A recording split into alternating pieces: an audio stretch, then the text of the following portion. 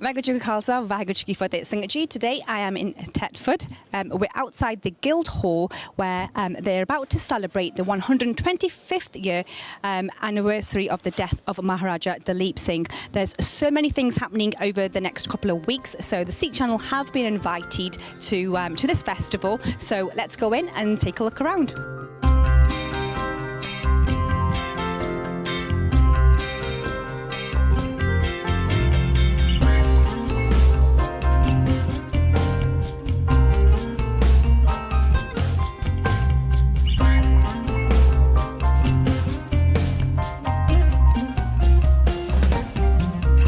A pearl, uncut rubies, topaz stones. These are all different type of trappings which is accumulated under Maharaja Ranjit Singh as the wealth of the Punjab nation increases. But that was just like a kind of diagram of what she'd actually noted at that particular time. So, whilst I mentioned earlier about a single treasury, I'm now going to backtrack a little bit. It was a number of treasuries which were kind of kept by Maharaja Ranjit Singh. The first one is referred to as the Toshakhana and is referred to as the main treasury of the Sikhs. The second one was in Gobindgarh Fort, which is in Amritsar, and was mainly more monetary, so that's where the wealth and the money was kept as opposed to relics as such. And the third one was actually at the Golden Temple, or the Harmandir Sahib, which we call it. And that treasury was actually very, very special, but was very, very interesting because when the British and the East India Company, undertook the annexation of the Punjab, they didn't actually touch the treasury at Harmandir Sahib. So all the wealth which was kept there still exists even to this day, something that a lot of people don't know. They only show those items on special occasions. It's just something which I thought would be useful to actually discuss. Okay, so what we're talking about next. Ranjit Singh passes away in 1839. The Lahore court or Darbar is in a little bit of a chaos state. What happens is the British are looking inwards and thinking, hold on a second, we've actually kind of annexed a lot of territories across India and Pakistan at that time. And, the Sikhs are a great prize. Noticing that there's dissension amongst the Sikhs, they actually undertake a number of things. They actually increase their military personnel all around the Punjab. They actually start sending a number of boats around the Punjab area. So it's almost like they're kind of surrounding the Punjab without actually kind of physically saying we're on a war footing. At the same time, the Lahore Darbar or court is also vying for kind of like having a battle with the Sikhs as well. So it gets the crux where we actually start that develops into what we call the Anglo-Sikh Wars. So let's just put this in context. This is the Sikh Empire composed of Sikhs, Hindus, Muslims against the East India Company. Okay, so remember it was the East India Company which had originally gone out into various places to actually, for trade purposes. And then as the trade increased, they started actually having a number of kind of military units around them. And then in the end, the Queen's army personnel also joined them in India as well as their kind of territories increased. So it was the Sikhs' empire against the East India Company.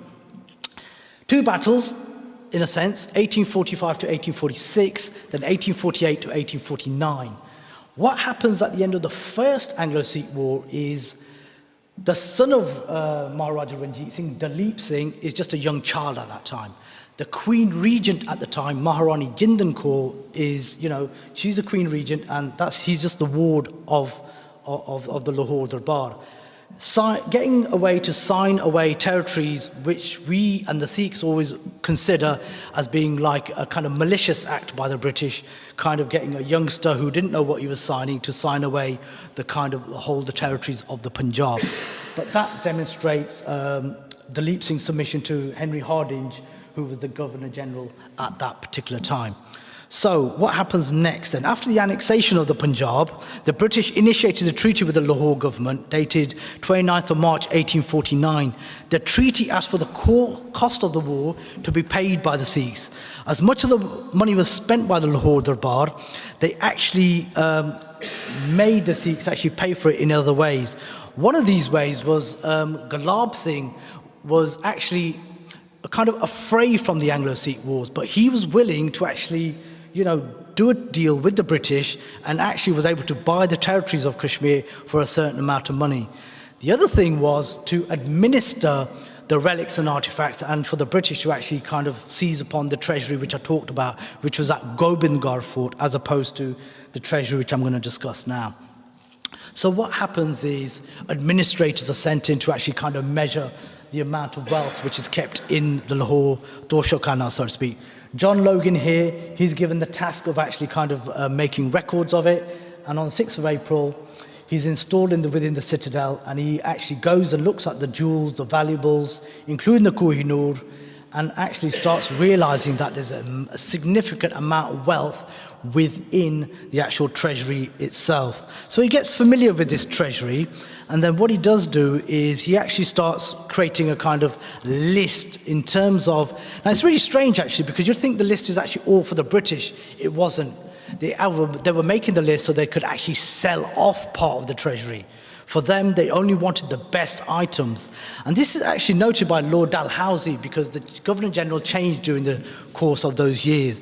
And what Lord Dalhousie is now actually saying, he's making regular visits to this treasury to see what's the cream of the treasury, what's the bits that they can get for them, either for himself or for Queen Victoria as well.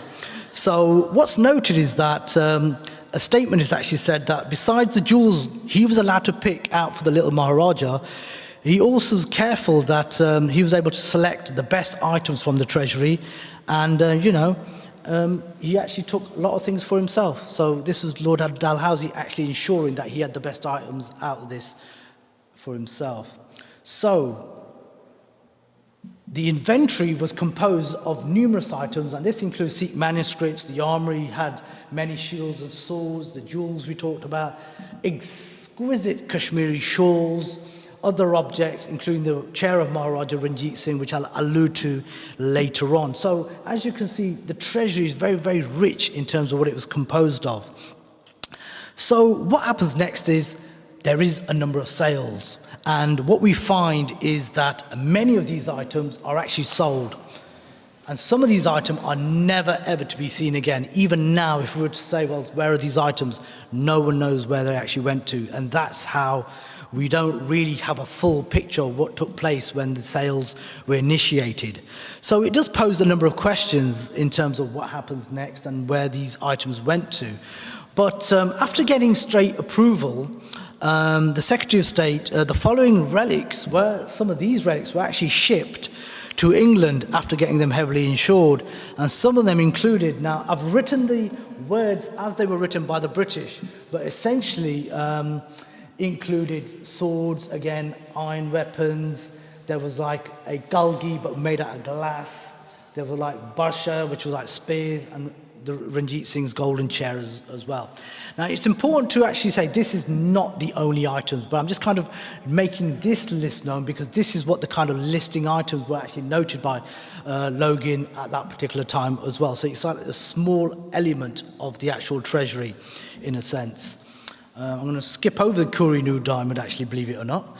And I'm going to actually talk about, so those relics, which I just mentioned in the previous slide, some of them were really, really precious. And on top of that, some of these items and other items were related to Guru Gobind Singh, the 10th leader of the Sikhs. So, sometimes people actually say, well, can we have the Kohinoor diamond back? India talks about it, Pakistan talks about it. But interestingly, in 1965, some of the actual weapons of Guru Gobind Singh were given back to the Indian government. And there was great fanfare in 1965. These relics were actually passed to the Prime Minister, and essentially they're now kept in one of the takhts, what we call one of the royal thrones at Keshgar Sahib in Anandpur. So these weapons were actually returned, and they do actually have a special place in the sanctorum at Anandpur. So it does happen, items can get sent back to Punjab. Whether items will do in the future, maybe that's one of the questions that can be asked later on. Okay, so before I touch upon the different kind of relics that kind of reside here in the UK, I just wanted to actually talk a little bit about in terms of what we've been doing as an organisation of actually tracking down these Sikh relics. And for us, it's not just museums which hold the Sikh relics, it's libraries, it's universities, it's military locations, regimental locations, the Royal Collection, for instance, private collections, where there is a numerous or a plethora of artefacts which are kept amongst people's own wealth or within the treasuries as well. Because what you've got to remember is, whilst the British themselves brought back items, army personnel brought items back themselves as well. So we have instances during the Anglo-Sikh Wars where army personnel are actually literally picking off items off the dead Sikhs and taking it with them. It worked the other way around as well, for obvious reasons. So I'm going to move on to a number of items just to give you a kind of snapshot of kind of different Sikh relics and artefacts which are around in the UK. Now, for me personally, if I look and if I was to map out all of the UK, I can categorically say I can stand anywhere in the UK and within a couple of miles, there'll be some kind of relationship with the Sikhs and the Punjab. It's everywhere across the UK. You can go on holiday, just be lying there, and all of a sudden, they'll see a Sikh with a turban, and they'll get a gentleman and say, "Oh, by the way, did you know there's something just round the corner?" It literally is like that in the UK. You could be travelling in 5-10 miles in that particular direction, and you will find that there is some kind of connection. That's how rich this kind of symbiosis, in a sense, between the British and the Sikhs has been over these many years. So what we did last year was we actually visited a number of regimental museums which actually took part in the Anglo-Sikh Wars. And the reason for us actually visiting the regimental museums is that they were very smaller in size.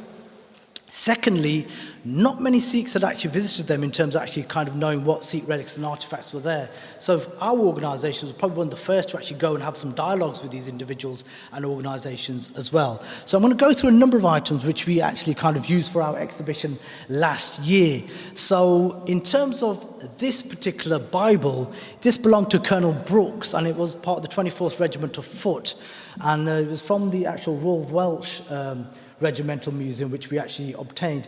Now, what the significance of items like this is, whilst it's a Bible and you may have no kind of relationship with the Sikhs, in the text itself, there is actual descriptions of the Battle of Chillianwallah, which was one of the battles in the Second Anglo-Sikh War, for instance. So we were able to glean some information about the war just from this particular Bible itself. Also from the Regimental Museum of the Royal Welsh, we also noticed that there were other items there as well. And for us, it's all about actually exploration. And in terms of what museums hold, not just in the front, but also in the back as well. And whilst we were doing some research there, the curator goes to me and says, "We've got a couple of rings." And we thought he was going to bring out some rings that you put on your hand, for instance. And he came out and brought these quoits for us to look at.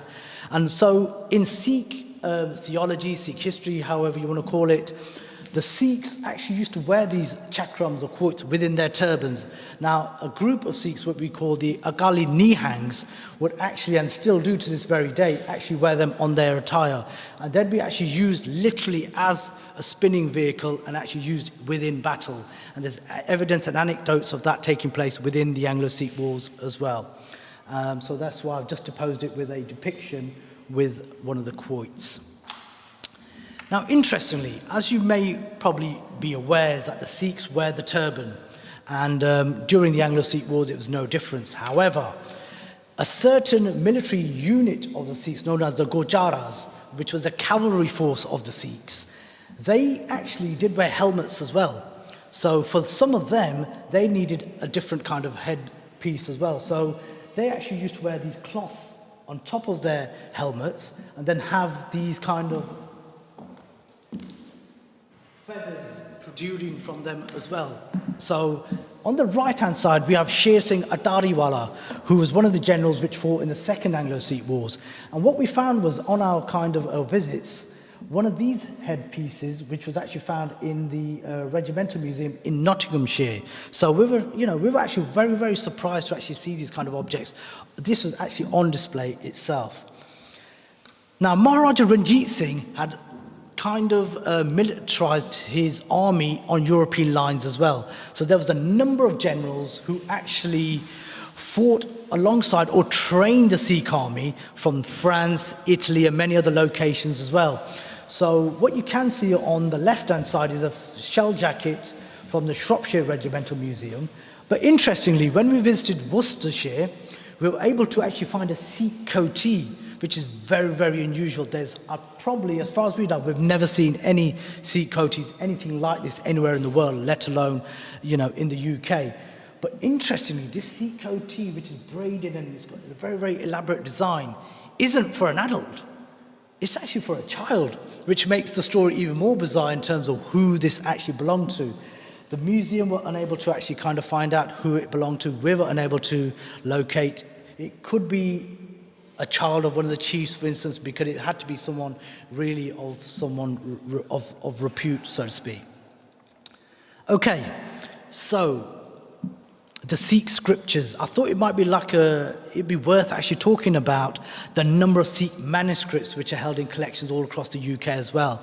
The British Library hosts a number of Sikh manuscripts, the Guru Granth Sahib, which is the Guru of the Sikhs, the Dasam Granth, the secondary scripture of the Sikhs, Janam Sakhis, which are the birth stories of Guru Nanak, and many, many other kind of Punjabi and Sikh texts as well.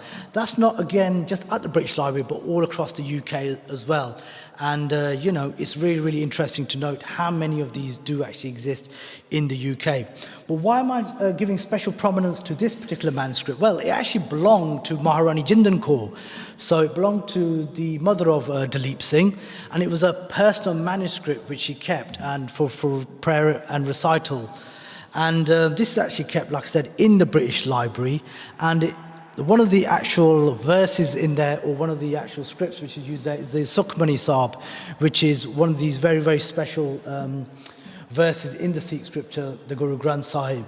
And there is a depiction of Rani Jindan Kaur on the right-hand side as well. Okay, so Thetford. I'm actually going to be talking a little bit about the actual portrait which the Singh twins have actually unveiled here today in Ancient Houses Museum. Now, it's actually a very, very elaborate design and actually discusses the history of Dalip Singh. I'm not going to talk too much about it because it's there for everyone to see and kind of make their own minds as to what the picture represents. But in terms of Thetford, it's really, really important to actually understand that Dalip Singh lived here in Thetford. He's buried here as well. So therefore, the community of Thetford remembers him in a fond way, even though he lived in places like Perthshire in Scotland as well. So it's with Scotland that I really want to just talk about a number of items, actually. So within the actual portrait by the Singh twins, there is a number of Sikh relics which have been actually portrayed as well. So we have, and I'll talk about this in a second, we have the items which I've not shown here. We have the golden chair of Maharaja Ranjit Singh. We have this kind of star which Maharaja Ranjit Singh would give to his generals as well. And there's other items which kind of give this kind of backdrop as to what Dalip Singh's life was about. But back to these three particular relics I want to talk about. So what we have is an old pendant which is inlaid, okay, in gold and rubies, and that can actually be demonstrated there. So that depicts a Hindu goddess actually, which is a Devi, and is from the region of about 18 to 1850. And this is, so all these items are in the National Museum of Scotland, which I've, some of these which I've actually seen for myself. We have an enamelled bottle, which you can see on the left side of the portrait. And we also have a detailed gold pen case as well, produced in northern India during the 19th century as well. So this actual depiction by the Singh twins is very, very kind of peculiar in the sense that it does actually talk about real events, does talk about real relics. And these actual relics were actually kept by Prince Victor Dalip Singh, the Maharaja's eldest son, and then he did actually sell them off in the open market. And then I think it was Major Carnegie, who was a collector of coins, and he was able to actually buy these from the auction house, Spinks, and he then he kept them in his own collection, for instance, and then upon his death in 1911, they were given to the National Museum of Scotland. So in a sense, this is a kind of nutshell in terms of the different types of Sikh relics which exist all across the UK. And I mean, I could go on for hours talking about different locations, You know, even in Leicestershire, where I'm from, there's a cannon from the Anglo-Sikh Wars down the road from me. The Derbyshire Museum has a number of cannons. It's endless. But we have to find some way of actually making sense of these items, and that's what our organisation is trying to do. So what I'm going to do now is I'm going to actually pass over to my colleague Taranjit Singh, who's going to talk about what our organisation does and what we can do to actually make sense of some of these items in terms of what we can do in terms of preservation, as well as actually protecting items that really do need preserving for the future. We will come back for some, I'll come back for some questions, but I'll hand you over to Taranjit Singh. Thank you.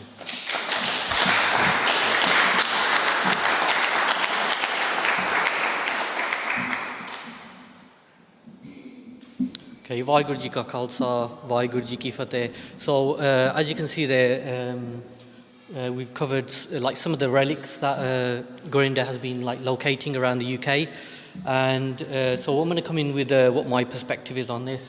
So, I am a 3D interactive designer.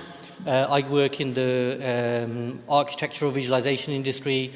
I work in computer-aided design, and I basically create architectural visualizations of buildings. So I'm going to show you an example of that. We started to look at these objects and say they're worn and torn. How can we get that detail in there? So here you can see a shield where gradually the detail is being added, damage is being added, and we've gotten as far as we can even put so much detail into the objects that we can even do the stitching on the cloth. We can do the texture of the cloth.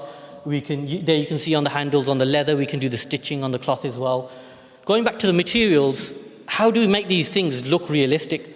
So we look at real-world materials. How do metals react? How do cloth react? How does silk react to light? So we've kind of done all these studies, and we look at real-world examples. So these are real-world values of physical materials. So there you can see different examples of these materials. What we also look at, how do these materials react under different light conditions. So there you can see a day to light transition and how the material changes and reacts here. So what we found is we could create different types of maps and textures, and then be able to really show some realistic 3D objects. So they actually look real as well. So they're not cartoony or gamey. We use HDR lighting techniques. So we use photography to light the objects. So what happens is we get kind of objects which react to light, have real-world material values, and look very realistic. So look exactly like the original thing. So what we want to do is we want you to have an authentic experience of it being in front of you, and you don't get that if it doesn't look realistic, or you don't feel as if it's real. So we look at metals, metal objects, metal values. So the next thing we looked at was 3D printing. So we got these 3D assets. So we made a 3D asset. How many different ways can we use it? So we've been looking at 3D printing. Once we've got a 3D asset, we took it into our exhibition last year, and we got some kids in there and we showed them, and they absolutely loved the 3D printing. And we were able to 3D print objects which they normally wouldn't be able to hold because the objects are valuable. So we're showing some examples. So you've seen the Harmandir Sahib dome. So we've got the photographs, we made a 3D model of it, and then we were able to 3D print it. And the kids can hold that in their hands, and it's not an expensive item. This is a Gurinder, and just Mann, one of our volunteers, went out to Victoria and Albert Museum and looked at these arrows from Lahore during the 18th century. And within him coming back and showing us the photos, within like a day, we had already created a 3D model, and we had 3D prints, which you can see over here. The thing is, these are things, like you wouldn't be able to give an original object to a child, but because this is not sharp, we can give that to a child and say, look, you can have a look at the workmanship of it, look at the shapes of it, and get them to start drawing it, or even get them to paint one of these in. We could give them one to take home with them. So we've been looking at kind of uniforms. So this is like a First World War soldier from Saragari time period. So we can actually do very, very realistic depictions. We're also looking at different headdresses, different types of turbans that were worn, and having 3D models of those. We're even looking at accurate depictions of how the Sikhs, when the British went into battle, what kind of soldiers would they have faced. So we've been like recreating some of those soldiers from the 18th century. So when the British came over, these are the type of warriors that they would have been fighting against. And if you listen to some of the quotes of some of the kind of very scary stories of the British facing some of these warriors. We've been looking at artifacts such as, some of the workmanship on there. So we've started to look at pattern detail, and the actual string on this bow is from the Leeds Armoury. So they've got a really good example of how they used to plait the silk string to make the bow for their arrows. And again, there's a quiver with all the pattern work on it, so we can get really, really detailed. And we've even gone as far as to kind of start to look at how can we depict people from that time, how can we bring them back to life, how can we let kids kind of experience, what kind of situation they were in. So we're looking at recreating some of these, and we've got a 3D print of that female warrior over here, so you can see those as well. Okay. So what we started to do is we started to look at real-time engines. How can we use real-time engines? I'm just going to go back here. So how can we use real-time engines to kind of display these objects? So this is on at the Ancient Houses Museum at the moment. So you can have a go on this. You can view these objects. You can kind of spin them around and see them. So here you'll see me interacting with these objects. So this is the closest thing that you can get to actually having the object in front of you. But we haven't stolen any objects. We haven't taken anything from anywhere. We haven't, had to buy any objects. So it's a very kind of viable way of us preserving our heritage and sharing it with the next generation. So this is another way that we thought, how can we put it in the kids' hands? How can we get them to hold these objects and play with them? So these are my kids playing around with 3D objects. They're looking at a screen, augmented reality. It's been around for a couple of years, being used a lot, but I think museums aren't using it, to its full advantage. So they love playing around with that. They're able to hold the object, have a look at it, and they're more likely to think about the actual design and shape of it as well. So it's kind of like a fun thing to have. The next thing we're looking at is virtual reality. So we're looking at things that people can use to kind of look at objects in virtual reality. So we're going to show you a couple of examples of that. You've also got things like Google Cardboard, which is made by Google. You can put your mobile phone in there and view 3D objects. We've got online platforms where we can now share 3D objects online. And so the conclusion is, so recent advancements in technology mean, this technology is out there now. Kids are using it on their mobile phones. We've got a great opportunity to kind of use this technology to, preserve, bring back to life heritage that's been lost. And we think that it's going to have a critical role to play in the future. And finish off with the new project that we're doing over the next 2 years. We're going to be digitizing a load of 3D objects, very rare 3D objects, and putting them online so people can share them. So if you think about it, we've taken a 3D model, we can share it on a screen, we can share it on a mobile phone, we can share it in augmented reality, virtual reality, we can also 3D print it as well. So that's the whole idea of our project. Vaheguru Ji Ka Khalsa, Vaheguru Ji Ki Fateh.